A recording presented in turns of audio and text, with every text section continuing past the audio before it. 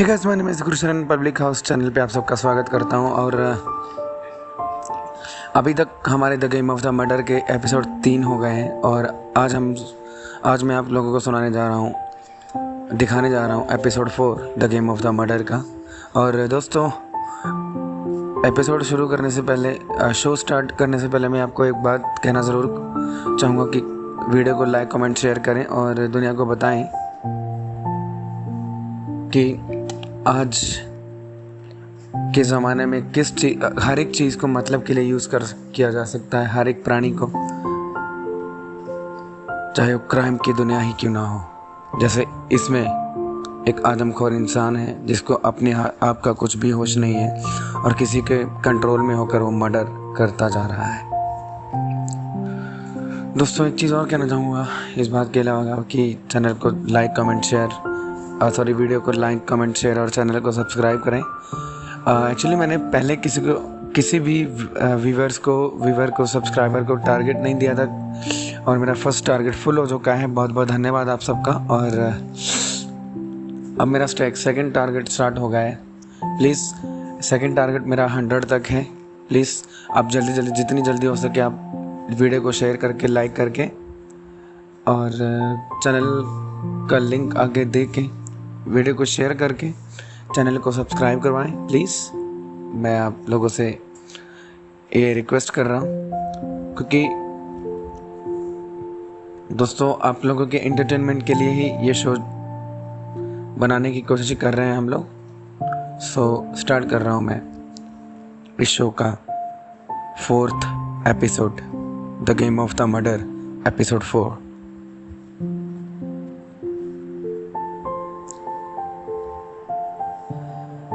सामने करंट के लेजर्स बिछे हुए थे। हम लोग टैंकी के कॉर्नर पे बैठे हुए थे।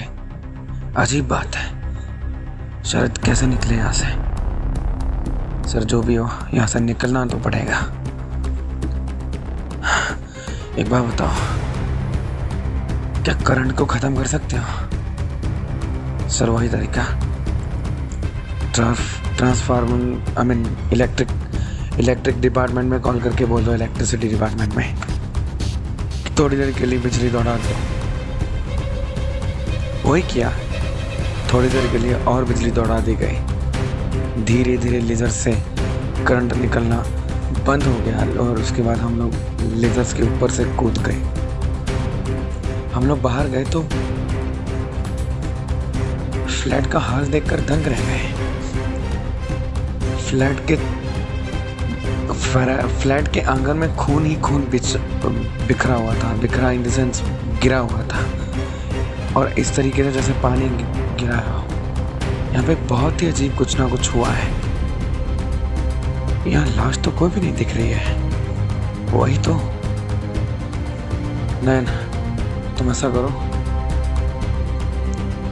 1 मिनट, फॉरेस्ट ऑफिसर्स कहाँ गए सबके सब? फॉरेस्ट ऑफिसर्स सर, जब हमारी झड़प हुई थी उससे ये गैंग से, ये गन्स गैंग से, सर वो तो तब से भी चढ़े हुए हैं, मतलब रात से भी चढ़े हुए हैं। अजय को कॉल करो। अजय का कॉल किया गया लेकिन phone switch off. My God, इसकी लास्ट लोकेशन क्या होगी पता नहीं।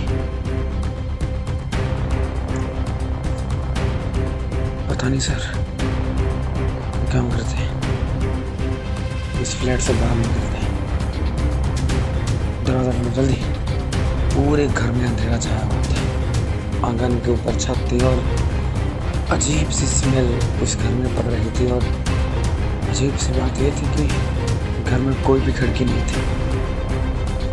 आखिर चल क्या रहा था कि तभी ऐसा घर के एक कमरे से चिल्लाने की आवाज़ आती है, चीखने चिल्लाने की। तुरंत दरवाज़ा तोड़कर अंदर गए तो फॉरेस्ट टीम अंदर बंधी हुई थी। सर, 3 मिनट रह गए, आप जाइए प्लीज़ आप जाइए सर, प्लीज़ सर प्लीज़।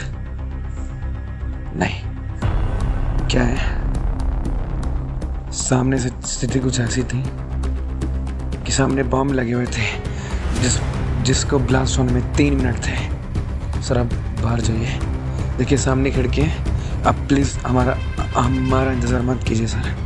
आप बाहर जाइए सर, क्योंकि सर आप लोगों को बहुत लोगों को बचाना है सर आप प्लीज़ बाहर जाइए। 3 मिनट से भी 2 मिनट फुल हो गए थे, 1 मिनट बचा हुआ था। तभी अचानक शरद ने कहा, सर आप बाहर जाइए। ये क्या कर रहे हो? तुम पागल हो गए हो, हद करते हो। सर 1 मिनट बीत जाएगा, अब बाहर जाइए सर प्लीज़। अभी ऐसे बहस चल ही रही थी कि तभी अचानक बॉम्ब ब्लास्ट हो गया।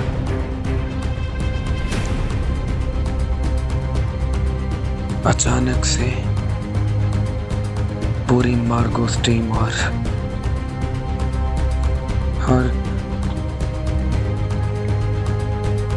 पूरी फॉरेस्ट टीम मारी गई। कमरा ही नहीं, वो मकान भी धू करके जलने लगा। उधर क्रिमिनल्स उधर मॉनिटर्स में से देख कर पागल हो रहे थे कि मारे गए सब के सब। अब हम जो करना चाह रहे हैं वो करेंगे। ये आदमखोर इंसान जिसका हमने एक्सपेरिमेंट किया था, ये था तो आदमखोर ही, लेकिन हम इसे अपने तरीके से मर्डर करवा रहे हैं। कितनी अच्छी बात है कि जो हमारे काम में अड़चन बन रहे थे वो मारे गए। उधर मकान धू करके जल रहा था,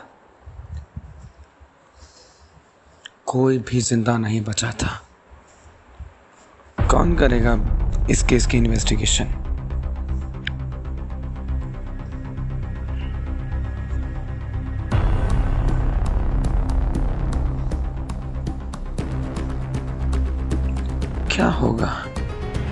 क्या होगा इस केस का एंड? क्या होगा? I don't know why, but इतना है कि सारे के सारे मारे गए थे सारे के सारे। लेकिन पुलिस फोर्स और स्पेशल फोर्स की कमी नहीं है हमारी दुनिया में। इस बात का पता चलते ही कि मार्गोस और फॉरेस्ट ऑफिसर्स सब के सब बॉम्ब ब्लास्ट में मारे गए हैं। तुरंत एक फोर्स तैयार होकर दो सामने से आ गई। इंस्पेक्टर रणवीर, इंस्पेक्टर आदित्य और इंस्पेक्टर मयंक, इंस्पेक्टर अजय क्या और कमांडर जगतवीर राणा। ये लोग यहाँ पे करने क्या आए थे समझ में नहीं आ रही है सर। सुनने में ये आ रहा सर कि यहाँ पे एक ऐसा आदमखोर इंसान घूम रहा जो किसी के कंट्रोल में रहकर मर्डर कर रहा है। शायद कोई ऐसा इंसान जो किसी के कंट्रोल में, इसलिए वो किसी भी इंसान को खा पी नहीं रहा है,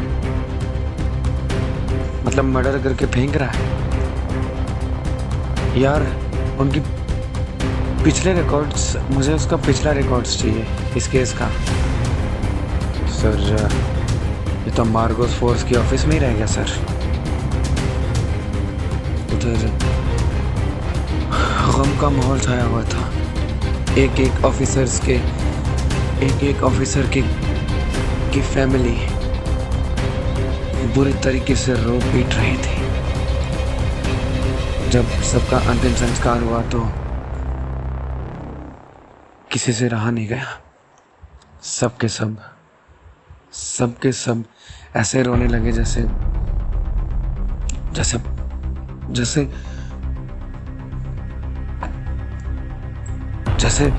पागलों की दुनिया से आए हुए एक ऐसे इंसान जिनको एक ऐसे उस जगह से लगाव ही हो गया है और उस जगह को छोड़कर नहीं जाना चाहते।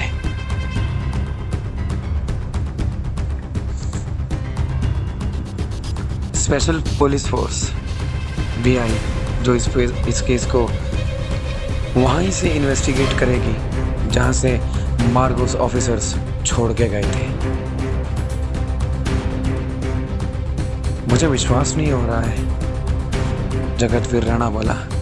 मुझे विश्वास नहीं हो रहा है कि मार्गोस ऑफिसर्स कैसे मर सकते हैं यार। मार्गोस ऑफिसर्स जो इतनी स्पेशल टीम हुआ करती है। सर हम लोग इस केस के बैकग्राउंड में थे, इन्वेस्टिगेट तो यही मार्गोस एजेंसी ही कर रही थी सर। अभी तक मार्गोस एजेंसी कर रही थी, लेकिन अब इन्वेस्टिगेट हम करेंगे, बहुत ही सावधानी से और बहुत ही अच्छे से। इंस्पेक्टर सत्या मेरा दोस्त हुआ करता था। हम लोगों ने काफ़ी केस एक साथ हैंडल किए। इंस्पेक्टर सत्या ने बहुत सारे केस इस तरीके से हैंडल किए कि पता भी नहीं चलने लगा कि क्रिमिनल कब पकड़ा गया। हाँ, एक भी केस ऐसा नहीं गया इस तरीके से, ये केस ऐसे गया। हाँ, ये है कि इस बात का हमें हमेशा दुख रहेगा कि इंस्पेक्टर सत्या और उसकी टीम मारी गई। सर इसे मरना नहीं कहते, इसे शहीद होना कहते हैं सर।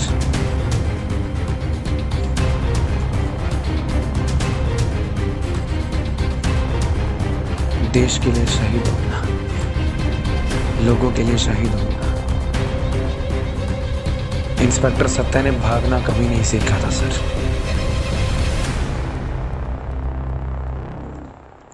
मुझे नहीं पता कि वहां पे आग लगी या बॉम्ब ब्लास्ट हुआ। डॉक्टर ऋषि जिंदा बचे हैं, सॉरी ऋषभ, डॉक्टर ऋषभ जिंदा बचे हैं, फोरेंसिक एक्सपर्ट। उनसे यही पता चला कि बॉम्ब ब्लास्ट हुआ था सर। लेकिन अगर वो चाहते तो उन 3 या जितने भी मिनट बचे थे उस टाइम में भाग भी सकते थे, लेकिन नहीं भागे सर, नहीं भागे, क्योंकि उनको अपनी जान से ज़्यादा दूसरों की जान प्यारी थी सर। फॉरेस्ट ऑफिसर्स मारे गए, ये बात कहीं ना कहीं सही है, लेकिन साथ में वो भी अपनी जान गंवा देंगे, ये शायद उन लोगों ने सोच ही रखा था, क्योंकि वो लोग हमेशा खतरे का सामना करते थे, हमेशा।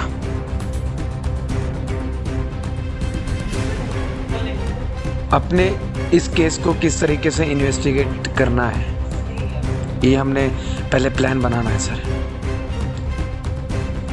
अब मार्गोस टीम नहीं, बल्कि एक सुपरनेचुरल, एक स्पेशल फोर्स जाएगी वहाँ पे पुलिस की, जो कि क्राइम ब्रांच की फोर्स रहेगी सर। हम जाएंगे उससे अरेस्ट करने, हम जाएंगे उससे सामना करने।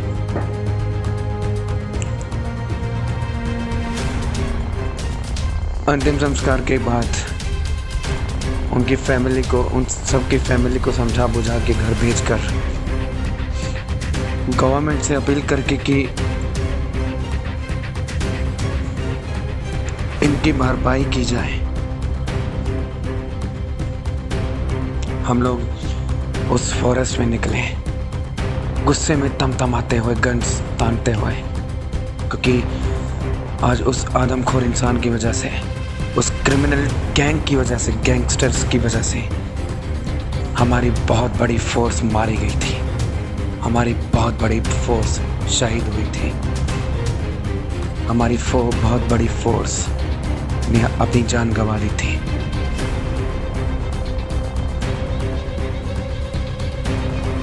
पचासों ऑफिसर्स मारे गए थे उस फोर्स में, और 20-25 हमारे मार्गोस के ऑफिसर्स।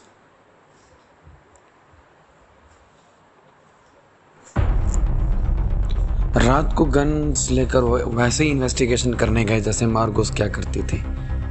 सबके सब एग्जिट और एंट्रेंस प्लेसेस पर और गेट्स पर हो गए। ये लोग करने क्या वाले हैं पता नहीं, तभी अचानक जगतवीर सर का फोन आता है। मिस्टर जगत, लगता है तुम भी मार्गोस की मौत से डरे नहीं हो। तुम भी अपनी क्राइम ब्रांच उठा के ले आए। हाँ, एक बात समझ लो मियाँ, हम लोग बेशक इंसान हैं, लेकिन देश के लिए मौत की सलाखों से नहीं डरते। तो जो भी है ना, तू सामना कर हमारा एक बार। ये छिछोरे लड़कों को भेज के अपने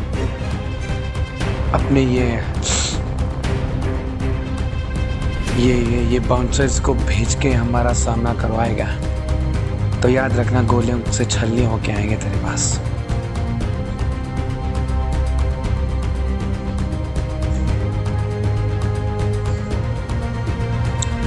जगतवीर राणा के टीम में एक ऑफिसर था,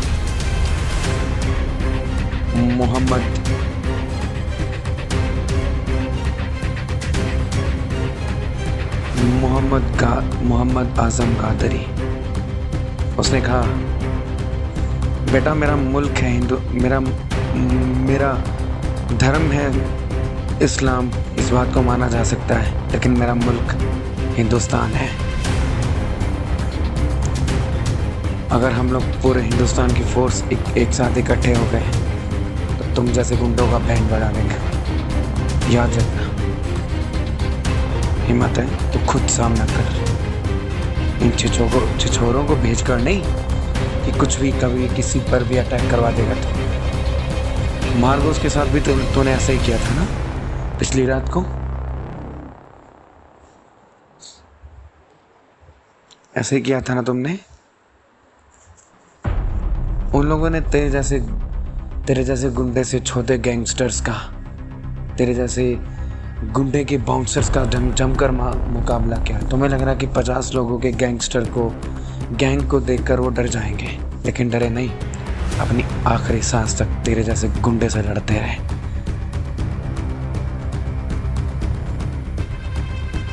फोन कट गया था, तभी अचानक से फिर से हमें वहाँ के फॉरेस्ट के बीचों बीच के रास्ते में से कदमों की आवाज़ सुनाई दी।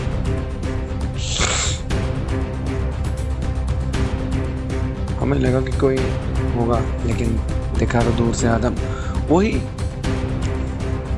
वही राक्षस टाइप आदम को पसंद चला रहा था। हम पर अटैक करने से पहले एक 100 बार सोचना चाहिए। तो जो भी है ना, निकल यहाँ से। वो आदमखोर था, कुछ नहीं समझता था। उसने एक एक करके सबको बुरी तरीके से फिर से मारना शुरू किया। वैसे ही अटैक, हमने उस पर गोलियां बरसा दी। फिर से फोन किया उसने,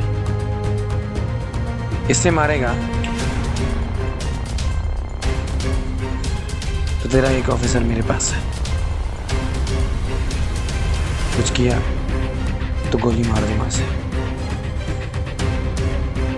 तभी पीछे से कुछ गन्स की आवाज सुनाई दी। हमने पीछे घूमकर तुरंत उन गनमैन्स पर गोलियों की बरसात कर दी और धीरे धीरे वैसे ही लड़ाई होने लगी। करीब 15, 20, 25 मिनट तक वैसे ही गन से कुछ हाथ पैर से भी लड़ रहे थे। पीछे कुछ गन से भी अटैक करने की कोशिश कर रहे थे जो कमज़ोर इंसान थे। ऐसे लड़ते लड़ते फिर से हम लोग सब के सब बेहोश हो गए। Commander जगतवीर Rana, inspector Mohammad Azam, inspector Mayank, inspector Aditya, सब के सब बुरे तरीके से लड़ रहे थे।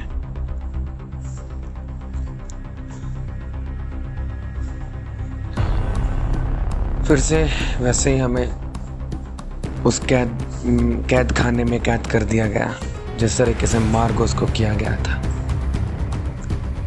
हम लोग निकले, लेकिन निकलते निकलते ही बेहोश हुए। करीब 15 मिनट के बाद जब हमारी आँख खुली तो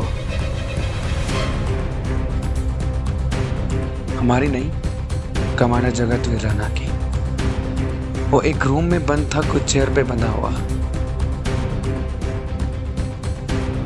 और आसपास उसके कोई भी नहीं था। उसने पूरे फ्लैट में घूमना शुरू किया। इधर उधर देखा तो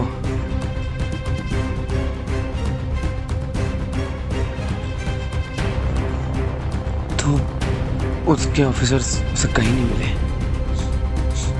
उसने तुरंत इधर उधर देखना शुरू किया। छत पे देखा तो अचानक वो ऊपर का नजारा देख के डर गया। इंस्पेक्टर माइक, इंस्पेक्टर आदित्य और इंस्पेक्टर रणवीर तीनों छत के बिल्कुल कॉर्नर पे खड़े हुए थे और छत से कूदने की कोशिश कर रहे थे। जगत ने उन्हें तुरंत रोका। ए रुक जाओ, रुको, क्या कर रहे हो ये? कौन है तू? उन लोगों ने तुरंत देखा। तुम कौन हो ये बताओ। मैं जो भी हूँ, तू बता कौन है। कि तभी अचानक उन तीनों चारों में एक साथ झड़प हो गई। तीनों ने जगतवीर राणा को एक साथ घेर लिया और पूरी तरीके से मारने लगे। वो घुटती ही आवाज में बोला, रणवीर ये क्या कर रहे हो तुम? मेरे ऑफिसर्स हो तुम? क्या कर रहे हो ये? क्या चल रहा है ये? तभी अचानक आदित्य ने जगतवीर राणा पर गन तान दी। कौन है तू? हाँ, कौन है? क्या किया तुमने हमारे साथ? हम लोग यहाँ कैसे पहुंचे? आदित्य तुम्हें हो क्या गया है? कौन आदित्य?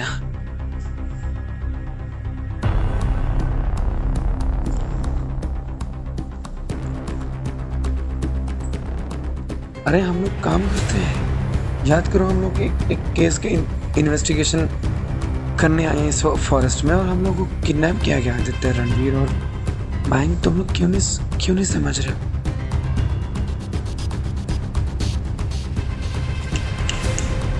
ड्रामा बंद कर, चल भाग।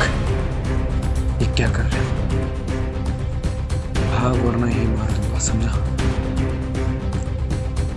ए, जो भी है तू, रणवीर की तरफ इसे बोल भागेगा वरना गोली मार दूंगा। चल निकल यहाँ से, चल जल्दी। ये क्या हो गया रणवीर? क्या हो गया तुम्हें? जा रहा कि नहीं जा रहा? उसने ऊपर की तरफ गोली चलाते देखा। उनकी बात रखने के लिए कमांडर वहां से निकल गया। फिर अचानक रणवीर, आदित्य और माइक उसका पीछा करते हुए गन उस पे तानते हुए एनकाउंटर करने की शक्ल में उसकी तरफ बढ़ने लगे। बुरी तरीके से कमांडर छिप गया। वो डरा तो नहीं था, लेकिन उसकी गन कहीं ना कहीं गायब हो गई थी। कहाँ है तू? चुपचाप सामने आजा वरना गोली मार दूंगा, समझा? कमांडर चुपचाप किसी झाड़ी में छिपा हुआ था कि तभी अचानक लड़ते हुए शायद उसकी गन वहां गिरी हुई थी। झाड़ी के पीछे से उसकी गन मिली। क्या कर रहे हैं? और हाँ, तुम लोग कौन हो? रणवीर ने आदित्य और माइक की तरफ की भी गन तान दी। तू हमें मारेगा? तेरी इतनी हिम्मत? अबे कौन है तू?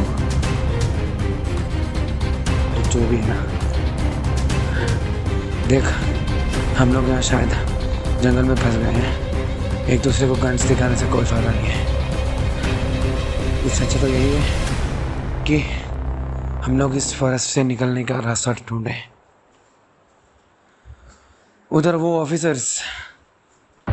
ऑफिसर्स उन्हें ऐसे लड़ता हुआ देखकर कितना मुस्कुरा रहे थे।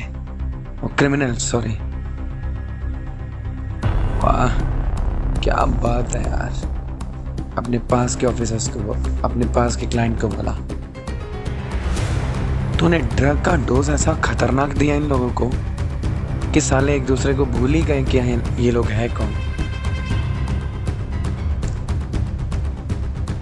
ना भूल ही गए ये लोग हैं कौन। चल देखते हैं, अब तो और मजा आने वाला है जब ये एक दूसरे की तरफ गन्स तानेंगे। तुम लोग सब के सब कैसे फंसे हो उधर? रणवीर ने दोनों की तरफ आदित्य, मयंक और जगत से पूछा। जगत ने यही कहा कि मैं केस के सिलसिले में आया था, समझे? शायद तुम लोगों को याद नहीं है कि, लेकिन तुम मेरे साथ काम करते हो, तुम मेरे जूनियर हो यार। जो भी है ना, ये जूनियर की रट लगा रखी है तुमने, मैं तुझे यही मार दूंगा, समझ में आ रही बात? अरे यार आई डोंट नो, बट ऐसा है कि मैं यहाँ पे जरूर हूँ, मुझे खुद को याद नहीं है कि मैं हूँ कौन। मेरे तभी अचानक उसने अपनी शर्ट देखी, पूरी शर्ट खून से भीगी हुई थी। अरे बात है, उसे लगा कि शायद इन तीनों ने मुझे खून करते हुए देख लिया। चलो जाओ यहाँ से, वरना गोली मार दूंगा।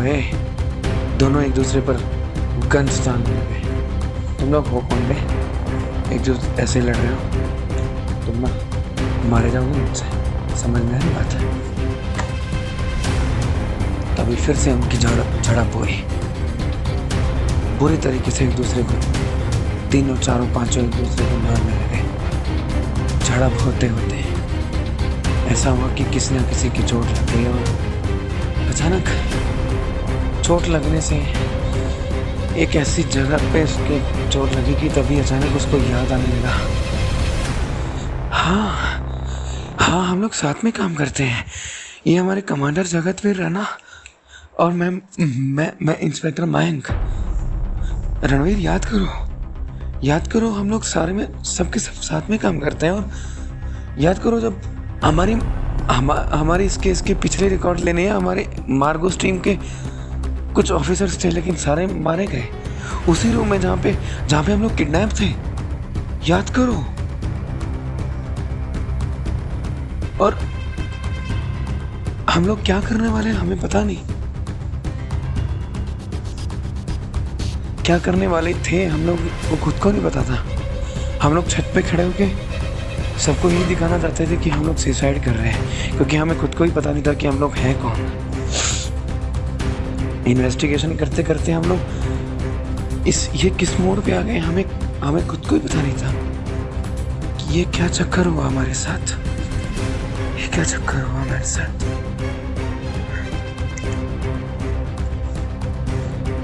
याद करो जब हम लोग ने मार्गो स्ट्रीम के शहीद होने के बाद हम लोगों ने सारा जिम्मा, इस केस का सारा जिम्मा हमने अपने सर पे ले लिया था। रणवीर, तो मैंने तो आइडिया दिया था। तभी सबके चेहरे, सबके दिमाग पास्ट में दौड़ने लगे। हाँ, ये क्या कर रहे थे हम लोग? उन लोगों ने एक दूसरे के ऊपर तानी हुई गन्स को हटाते हुए कहा था, भाई आई एम सॉरी यार, मुझे नहीं पता था ऐसा कुछ होने वाला है।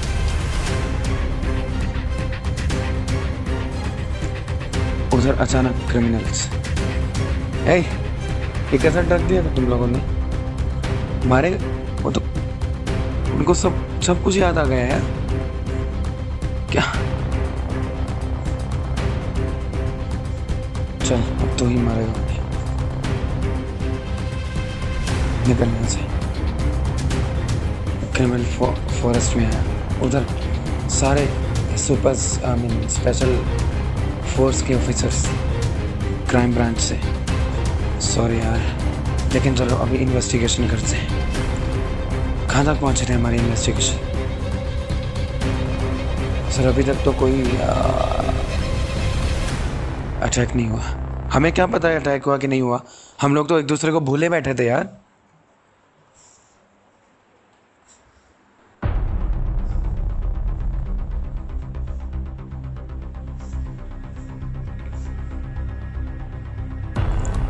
तभी अचानक उन सब पर गोलियां चली। पीछे मुड़कर देखा तो सब तीनों ने उस इंसान पे गोलियां बरसाई। गोली तो नहीं लगी, नहीं पकड़ा गया। कौन है तू? किसका आदमी है तू? है बे किसका आदमी? जल्दी बोल वरना यही गोली मार दूंगा। कौन है तू? भाई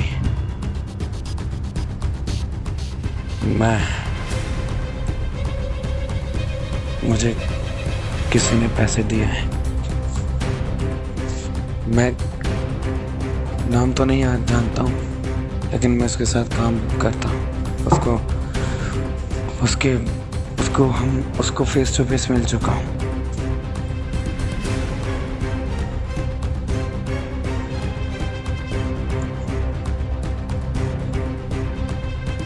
ठीक है चल अब हमारे साथ चल। यही ठोक दो उसे, कहीं इन्फॉर्मेशन आ जाए। रणवीर ने उसके सर पे गन तानी और सारी की सारी गोलियां उसके भेजे में गाड़ दी। वहां पे उस इंसान की लाश गिरा के वहां से निकल लिए। ऐसा करो, निकल लो ऐसे जल्दी निकल के इस इंसान के नंबर को ट्रैक करो जब जिसका कल हमें रात को कॉल आया था। ठीक है, ये हमें कहाँ से देख रहा है? इस इंसान ने बताया ना, आसपास शायद कैमरा लगा हुआ है। कैमरा चेक किया तो शायद कुछ ना कुछ पता चल जाए। इधर उधर ज़्यादा इन्वेस्टिगेशन करने और ना ज़्यादा मेहनत नहीं करनी पड़ी और अचानक उनको छोटा सा एक DSLR कैमरा मिल गया। तो इससे देख रहा था वो हमें।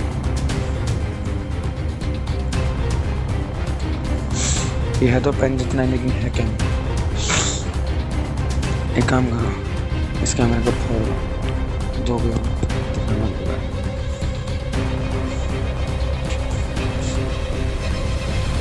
उन लोगों ने कैमरा फोड़ा और नंबर को ट्रैक करते करते उधर पहुंच गए। तभी फिर से लड़ाई हुई बुरे तरीके से। फिर बेहोश हुए और जब जाग खुली तो सबके सब उल्टा टंगे हुए थे और नीचे लगी हुई आग उनको कभी भी जला सकती थी। नीचे आग की लपटें दहक रही थी और आग के 5-7 फीट ऊपर और सबके सब बंधे हुए थे। और नीचे कुछ दूरी पर लगे हुए थे बॉम्ब्स। एक काम करो, इस रस्सी को किसी तरीके से फोड़ने की कोशिश करो, तोड़ने की कोशिश करो जल्दी। इधर उधर देखा तो आग लगी हुई थी। 2 मिनट रह गए थे बॉम्ब ब्लास्ट होने में कि तभी अचानक इससे वो बॉम्ब ब्लास्ट हुई, लेकिन इतने फास्ट बॉम्ब नहीं थे कि उन लोगों को नुकसान पहुंचा पाए। लगी हुई आग और बढ़ गई और रस्सी जलाने लगी कि तभी अचानक टाइम से वो रस्सी से कूद गए सामने की तरफ, जहाँ पे खाली जगह थी। और तभी अचानक मास्क पहने वो इंसान उनके सामने आ गया। चलो खोलो इस दरवाजे को। सामने एक दरवाज़ा था। दरवाज़ा खुला तो 5 से 15 कदम की दूरी पर एक और दरवाज़ा था। खोलो इस दरवाजे को। दरवाज़ा खुला, फिर से एक दरवाज़ा हमें दिखाई दिया, लेकिन ये दरवाज़ा कहाँ खुलने वाला था हमें खुद को नहीं पता। ये दरवाज़ा खुलते ही अचानक से उस इंसान ने हमें जोर से धक्का दिया और जोर से एक रैंप टाइप पे फिसलते 15 मिनट की दूरी पर हम लोग जाके गिरे। उसके बाद सब खत्म होने वाला था। करीब 15-20 मिनट की दूरी पे हम लोग जाके गिर तो गए, लेकिन उसके बाद 5 सालों तक हम लोगों का एक दूसरे से कांटेक्ट नहीं रहा। इस केस पे इन्वेस्टिगेशन करते रहे अलग अलग शहरों में। इस केस पे इन्वेस्टिगेशन करते रहे, बहुत जानकारी जुटाने की कोशिश करते रहे, कुछ लोग ग्वालियर पहुंच गए थे, लेकिन 5 सालों तक किसी ने भी एक दूसरे से कांटेक्ट नहीं रखा। सब ने अपनी फैमिली छोड़ दी थी। अंडरग्राउंड पकड़ होके इन लोगों के बारे में पता लगाया जा सकता था। इन लोगों की कितनी बड़ी गैंग थी इसके बारे में पता लगाया जा सकता था। लेकिन एक चीज़ दोस्तों बता दूं कि जब हम उस रैंप पे लुढ़कते हुए गए थे, बेहोश होने के बावजूद हम लोग अचानक से एक बार होश में आए और हम लोगों ने उनका जमकर मुकाबला किया। जमकर मुकाबला करने के बाद हम लोगों ने गोलियां मारते मारते उन सब की लाशें बिछा दी वहाँ पे। और वहाँ पे अचानक से एक लैडर बड़ा मिला। हम लोग ही नहीं, हमारी गैंग बहुत से देशों में फैली हुई है, बहुत से शहरों में फैली हुई है।